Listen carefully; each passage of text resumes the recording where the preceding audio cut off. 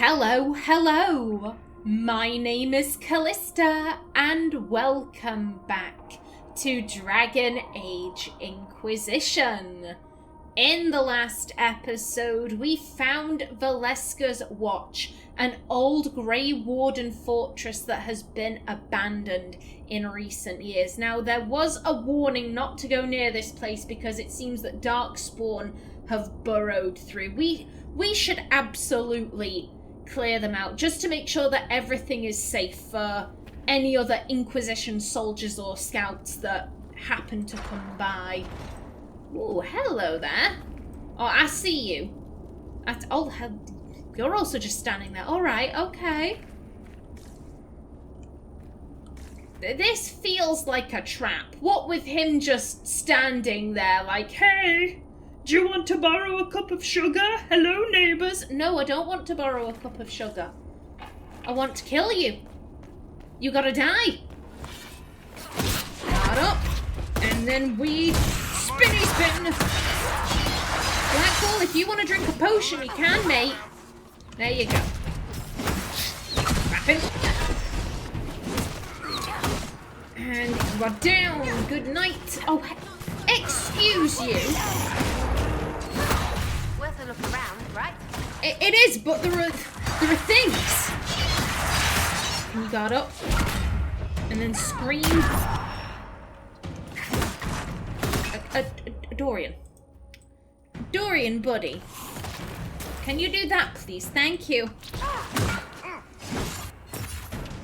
And thank you for the pull, Blackwall. Wrap him. God, these Darkspawn are tanky. Anyone else? You? Oh, hello there. Oh, it's a big boy. It's the big boy. Hello. You know what? I'm gonna use this because why not? Screams. Oh god. Of course he went down. Of course he did. You know, here's what you can do. Run. Run and start getting people up. Yeah, I'm fine. Let's get her up. There you go. Take a sip. And Dorian, just run in there. Quick sticks, quick sticks. No one will notice. There we go. And you. Healing mist. There we go. Okay, there we go. Oh, this is not a good angle. What is happening? Where are we? Okay, mate, no, you have to come over here. God damn. Got him. Smack him. Spin. It's fine. Three meleeers. Well, Sarah's an archer, but you get what I'm saying. With the three of us, we've got this. Now, there we go. Okay, a joining chalice. It still feels good to be helping the Grey Wardens, even after everything. Oh, I like that the dialogue changes. I like that. I think that's very sweet. Now then, yoink. Ooh, Herlock arrow. Thank you kindly. Now then, let's see what else have we got going on in here. Ooh, pardon me. Now then, you can come with me. What is this? Grey Warden Diaries. The older woman, the one who got me out of prison. She told me she was sending me down a tunnel to kill a Darkspawn. That's insane. I let them conscript me so I wouldn't hang. I'm not going looking for a Darkspawn. They have disease. I've had enough of this, and I'm not going back. The Wardens can find someone else to do their work. I'm gone as soon as night falls. From a battered journal. Yeah, I would assume... Oh, hold up. This is someone in Grey Warden armor, so presumably this is whoever conscripted that guy. He left his journal behind. And maybe she then got ambushed by Darkspawn? Something like that, perhaps? Ooh, interesting, either way. A yoink. And a yoink. Ooh, dense longbow schematic. Thank you. Now let's see, what have we got? God, how many more further in? I mean, this will be... Now that we know that Blackwall isn't Blackwall... no, I want you, pardon me. This probably would be rather intimidating, because now we have to worry about all of us getting the Blight. Before, it was the concern of, oh, like, if one of us gets the Blight, well, at least Blackwall will be there. He knows the signs and everything. He'll know that one of us has picked it up, but now we don't... Now we don't have that security blanket. And you can come with me too. Thank you. Okay, good stuff. I'm not gonna lie, when Dorian ran around that, I thought he was a Darkspawn. For just a split second, I thought he was a Darkspawn. God, Dorian, you shouldn't be sneaking around in caves with Darkspawn. That's how you get killed. I see you on my minimap, but I want to loot. Oh, it's another big boy. It's another big boy. God damn. Can I? Oh, I can't sneakily grab that. Okay. You do that. Where is he? Just go, just go. On the Alpha, one of these. Whoa, nice! Very nice, Sarah, but now run away. Run away, there you go. Okay, now spinny spin! Oh, careful, careful not to fall into the thing. Oh, wait, that way and spin. And be back. There we go, big boy dealt with. Okay. Flipping heck. And then, oh, excuse you. Excuse you. Oh, don't. Can you even get over here? Oh, they can. Bastards. Excuse you. Guard up and... Sarah, is Dorian by you? I can't tell. No, he's over here. Sarah, you know what? You have the potion. Dorian, you do one of these. There we go. Okay, and they're dealt with.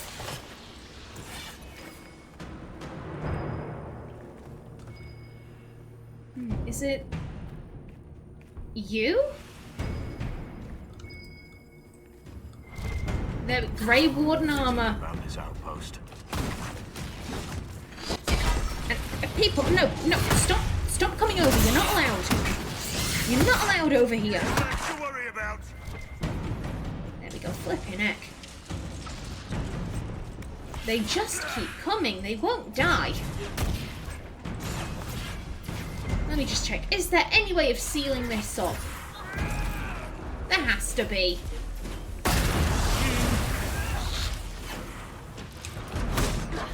Get back to me. Fear my blade. There we go. Maybe if we grab this. Deep Road's entrance. The seal holds. With the 5th Blight rumoured to be starting in Ferelden, most of the spawn will have moved east. I still hear scrabbling occasionally. Would they try to dig their way through? Perhaps they sense us. I recommend that we reinforce the barricades till then. So long as we stay vigilant, all should be well. From the writings of Caton, Grey Warden, dated 930 Dragon. Is there... aha, right there. And it is properly blocked up. We shouldn't be having any more trouble with the Darkspawn in this area. Good stuff. Grey Warden Diaries. They've broken through. The last time we had any trouble here, it was during the Blight. The records say someone reported hearing scrabbling. They investigated but found no danger. After the Archdemon was killed, we got complacent. We might need to destroy all of the Bastion to keep them back. There aren't enough of us left to man the post. If there's a raid, we might not stand. They could get out, attack the town. Waiting for word from the Warden Commander. In the meantime, I'll do all I can. From a diary found in Valeska's watch. Well, clearly things got a bit fucky, but we've repaired it now. At least now, this area should be good for a little while. Okay, and can we risk that? Yeah, we can. Woohoo! Okay, good stuff, people. Excellent work. Now, I do believe that was the final Memories of the Grey for Blackwall. Ooh.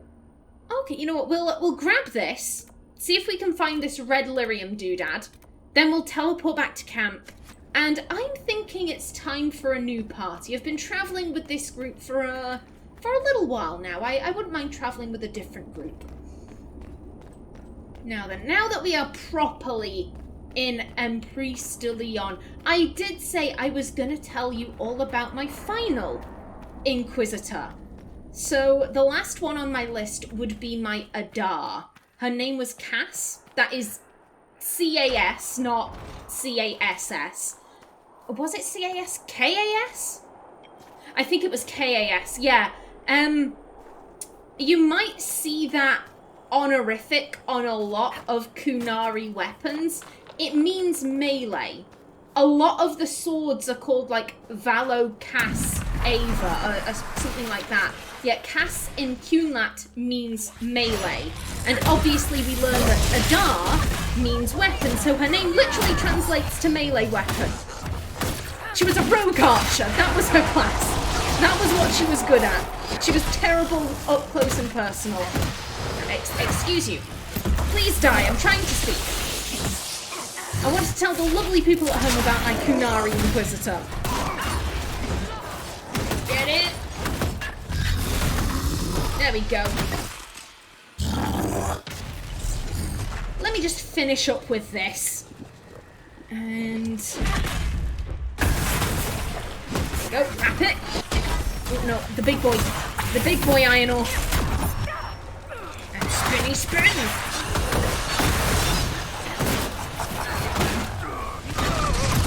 And we can take down pride demons, no problem. This is them. Scream if you please. Back. And spinny spin. Okay, who's left? You're left.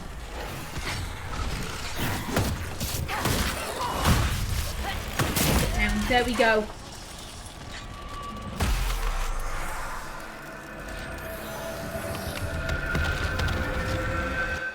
It's interesting watching you, Dorian.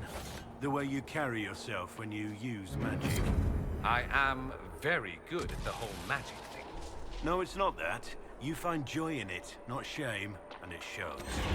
Why be ashamed? Power should be respected, not swept under the carpet. Something we Southerners need to learn, perhaps? Maybe you're not a complete moron. We were having a moment, and now you've ruined it. Blackwall, you were trying to make him feel ashamed of something he's good at. That's not a moment. You take no shame in how good you are with a sword. And perhaps you should feel ashamed considering you're responsible for the murder of 4 children, but no, apparently Dorian is the one who needs to feel ashamed. Dorian, have you ever killed 4 children? I don't know. He's saying no, Blackwall. Oh, Blackwall, don't start things with Dorian. You really shouldn't. Now then, as I was saying, yes, Cass. I adored Cass. Cass's backstory, and so her parents. It spread far from the free marches. Yes. Yes, it has. Her parents were Kunari. They grew up in the Qun. They fell in love. They, decided to run away because, they wanted to be in a relationship. They wanted to produce children, something that the Qun would not have allowed. So they fled to the free marches where Cass was born. And Cass... I love Cass and I hate her at the same time. There is one other character I have that I say that I hate. If you remember when I was playing through the origin stories in Dragon Age Origins, my Kuzland, Marnie Kuzland, I have a rule when it comes to creating characters. They have to reap what they sow. If I have a character who is a complete arsehole, they just spend the entire game making everyone's life worse for no good reason. For absolutely no good reason. Like, I would argue Amelia, she didn't have a good reason, but there was logic behind how she acted. She was scared. Like I said, not a good reason, but there was a reason behind it. Where's the changey thing? Oh, hello. You can't do this to me. You can't do this to me. No, I want to loot the thing. Oh, yes! Yes! No loot can hide from me. Where is the seriously, where is the changey thing? Where be it? Am I blind? Am I missing it? Oh, I think I see it. Yeah, right there. Yeah, Amelia did have a reason for the way she acted. It wasn't a good reason, but there was logic there. If I have characters who are just arseholes for the sake of being arseholes, they have to have a bad end. That is my rule. If I have characters who are just like innocent little cinnamon rolls, they just want to make the world a better place and all of that, then I try and make sure they have the best ending possible. And the reason why I say I hate Marnie and Cass is because that rule does not mesh with what happens to them. Marnie is a complete arsehole. She spends her time making everyone's life worse, and at the end of the game, she wins. She gets everything she could ever have hoped for, and more. And Cass experiences... You got to pick your name. The Iron Bull. Sure did. Thanks for sticking the on there too. Most people forget. It kind of makes it sound like I'm not really a person, like I'm this dangerous thing, you know? You made it a joke on yourself, making mockery, so you would never be that. It kills the joke if you explain it, kid. Aww. Oh, bless. Why are you all hiding under the bridge, though? Is today Let's Pretend to be Trolls Day? I don't know. I don't know. Either way, I'm taking this stuff. I'm taking this stuff. And this. Now that everyone does have levels, let me focus on them for 2 minutes. Iron Bull. Okay, you have 2 points. You're someone else that I have to sort out the bar as well. The next time I go back to Skyhold, I'll have grabbed that. So class builds, Iron Bull, right there. Okay, so yeah, we've got everything here. Two-handed tree. We have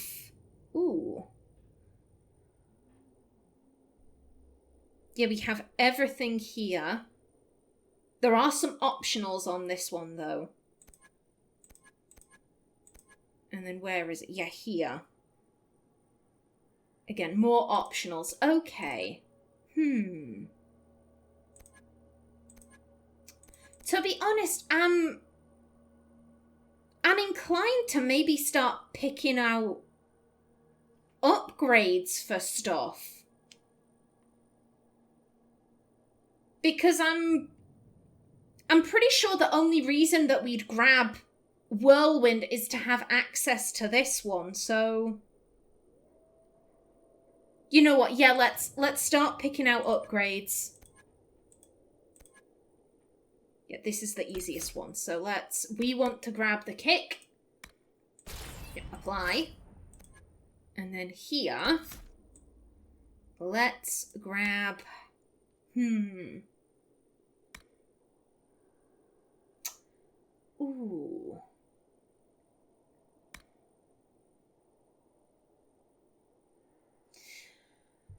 Iron Bull, he needs more damage output.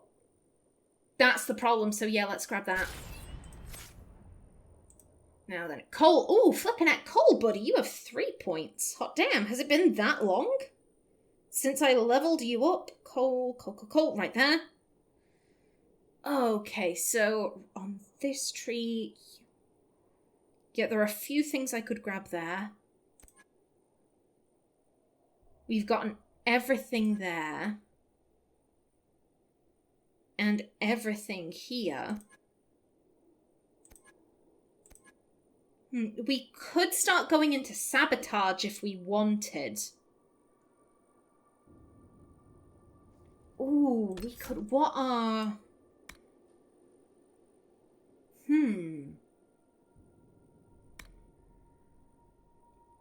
Oh, those are really good. Yeah, those are really good, so... That's lovely. And Vivienne, you also have 3 points. Hot damn. Hot damn. Okay, yeah, we've grabbed everything on Knight Enchanter. We don't use cold. Fire is all done. And yeah, we've grabbed everything there. We could upgrade a couple of these.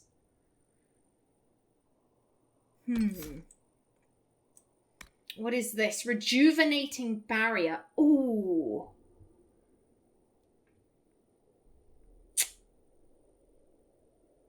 That is good. You know what? We'll grab this.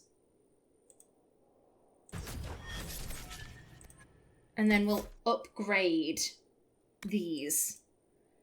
So, ooh. Hits farther. No, excuse me. Arcs farther and hits more targets, or...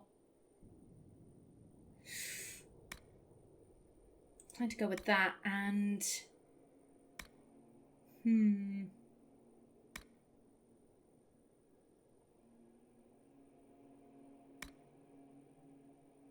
I think I'd rather go for additional damage, to be honest. There we go. Fabulous. Okie doke, and back to the timer. There we are. So yeah, Cass and Marnie have very similar problems in that their endings do not match how I played them in the game, but it's for opposite reasons. So where Marnie is an arsehole who wins, Cass is a genuinely lovely person who ends up completely ruined after the events of the game. Her story makes me so exceptionally sad that it hurts. Her personality... Okay, so we can't get through that. Oh, let's head around then. Oops. Up and over. Up and over. There you go, girl. Her personality is... She is the least prepared out of all of my Inquisitors to lead. She is a very timid person. She's the kind of person who wouldn't say boo to a goose.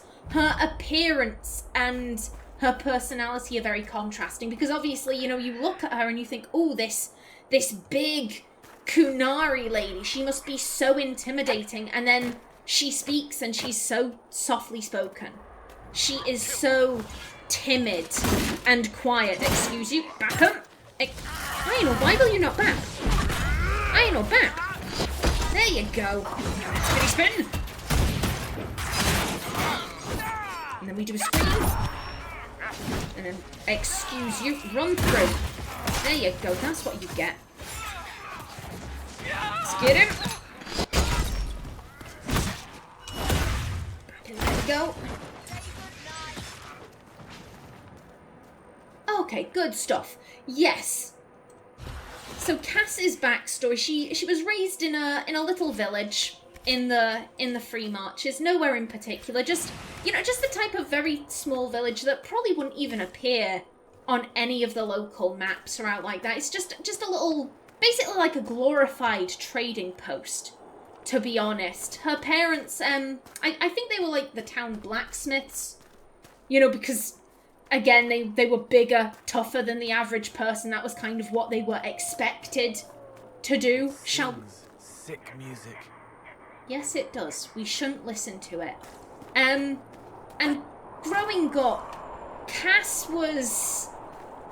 The other children, they tended to bully her. They tended to pick on her. She was very much isolated as she and her parents were the only Qunari in this town, and so she was pretty much isolated as a child, and I think that's kind of why she's so timid. She expects to be treated badly because that's how she's been treated her entire life. Why should she expect anything different from others?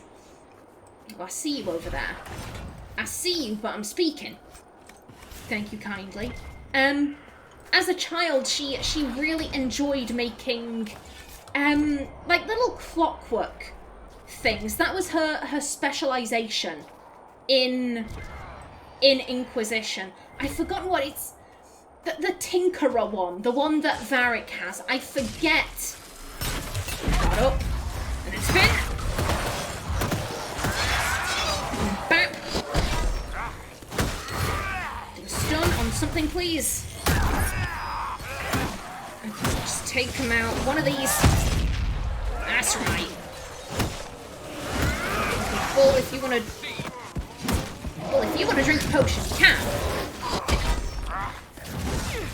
Excuse me, but don't run away from me. There we go. Okay, claim the Tower of Bone for the Inquisition. I will in a minute, once I've properly looted. Yes. As a child, she used to make these little clockwork toys, simple things. I imagine her parents would have taught her a little bit, and she just kind of ran with it. She took it, and that's why she picked the Tinkerer. I wish I could remember what it was called. The Tinkerer specialization in the main game, and like I said, she was a very lonely child. It was pretty much just her parents, and her creations. That's all she had growing up. Yeah, do that. Bap it. We spin. There we go. God, we can get through them so quick. Unnervingly quick, I'd argue.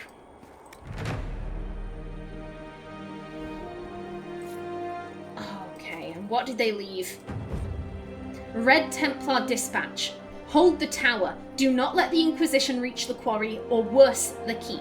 Everything we have worked for will be lost. Oh, tough. Tough titties. I'm here. I'm here, and we are coming. And nothing you do can stop that, I'm afraid. But yes, as I was saying, growing up, she really kept to herself. She was a very lonely child. It wasn't that she wanted to keep to herself, but she was, she just became convinced no matter what I do, people will bully me. There is, there's no reason to be with everyone else. And I think as a result, because of that, because she was the only Qunari besides her parents in the village, she did always kind of have this feeling of wonder when it came to the Qunari. What would it have been like to grow up under the Qun, to be around people who looked like me? And her parents always told her the Qun is a horrible place. Like, we don't want to talk about it, we'll warn you of it, but the Qun was horrible and awful. But Cass could never get the idea out of her mind. What would it have been like to be around people who looked like me? that, you know, I wouldn't have been bullied for being big and scary because everyone would have been like me. So she did have this sense of... She was very interested in the Qun growing up, and that was something she experienced in Inquisition when the Iron Bull, you know, wanted to put forward the Qunari alliance. Cass actually sacrifices the Chargers. She feels extremely guilty about it. She's very upset that she does it, but she wants to learn more about her people. She wants to learn more about her heritage because her parents always refuse that. They refuse to tell her anything but horror stories. So she chooses to have the Qunari alliance go ahead. Now, I am just about out of time for this episode, so I'm going to cut the story off here. Let's read a couple codex entries, and then I will carry on in the next episode. Right there. The Rite of Tranquility. We called it the Rite of Tranquility. A mind branded with lyrium, brought to a state devoid of either emotion or sense of self. The rite was required to achieve the true peace that could draw a spirit of faith from the depths of the Fade. A difficult task, considering a tranquil mind is all but invisible to these beings. The candidate must be pure. If the candidate proved worthy, the spirit would touch his mind, and he would be freed from tranquility, as well as made into a seeker in truth. If he proved unworthy, tranquility was permanent. It was only later when the first mage attempted to join our order and failed that we learned tranquility rendered a mage unable to access his magic, as well as immune to demonic possession. Thus, when the Circle of Magi was born, we gave them the most holy rite we possessed. It was a sacrifice we made for the good of all, so dangerous mages could be spared execution and yet live productive and harmonious lives. What we did not give them was the secret of its reversal. That knowledge and our ancient bond with the spirits of faith shall forever be solely ours to keep. An excerpt from Cassandra's tome on the Seekers of Truth. Care Oswin. I worry about Lauren daily. Ever since the death of his wife and son in Highever at the onset of the Blight, he retreats further and further into reclusion. Almost no one is permitted to come to Care Oswin. The last time I managed to see him, it was only because I bullied my way into the castle and insisted his strange new guards take me to him. And I say strange new guards for a reason. Almost all the Oswin retainers have been sent away. These men didn't wear Ban Lauren's colours, and they struck me more as prison wardens than as protectors. Lauren himself was pale and almost delirious. I begged him to see a physic, perhaps? I begged him to see a physic, and he promised he would, but I doubt he ever did. The guards ushered me out in a hurry, and the last time I returned, I was not even allowed past the gate. It's been months since anyone saw Lauren at all. I fear the worst has happened, yet I can prove nothing. All I can do is pray the rest of the Banon takes notice and acts before a good man is lost. From a letter by Ban Alfstana Eramon, Dragon 940. We met Ban Alfstana in Dragon Age Origins too. She was the lady whose her brother was a Templar, and he was the Templar trying to track down Jowan. So Loghain had him imprisoned, and he was suffering from lyrium withdrawal. So he was kinda insane when we met him. And he gave us his ring and said, give it to my sister Alfstana. And that was this lady. Priest de Leon. The ancient name of these craggy highlands has long been lost to time. When the first Valmont Emperor was crowned in the Exalted Age, the mountains were renamed Priest de Leon to honour the House of Valmont, which bears a lion upon its crest. Wandering through these remote hills, I discovered remnants of a forgotten past, mingled delightfully with signs of the present. Charming villages dotted the landscape, and scattered among them relics of the lost elven nation. Young women sold wild berries at a market nestled in the shadow of a sinister crumbling fortress, which may once have been the seat of a Dalish lord. Children played in fields, watched over by the silent statues of gods whose names they did not know. I walked quiet lanes bordered with wildflowers, the high arches of an ancient bridge soaring above me, majestic even in their ruin. Sadly, my time in the mountains was short, and I soon continued on to Halam Sharal. I found myself thinking back on the Empress de Leon, however, and how gracefully she bore the passing of the ages. I wondered what the future held, and dreamed of how it might leave its mark. Whatever comes can only add to her beauty. Delicate lines on the face of a gentle woman, which speak of a life well lived.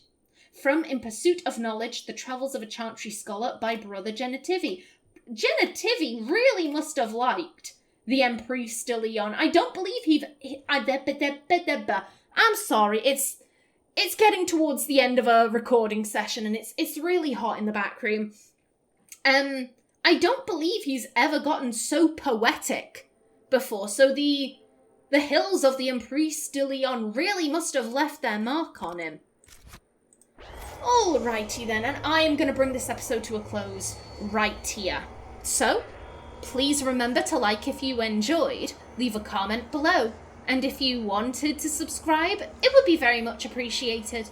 I've been Callista. Thanks for watching, and see you in the next episode.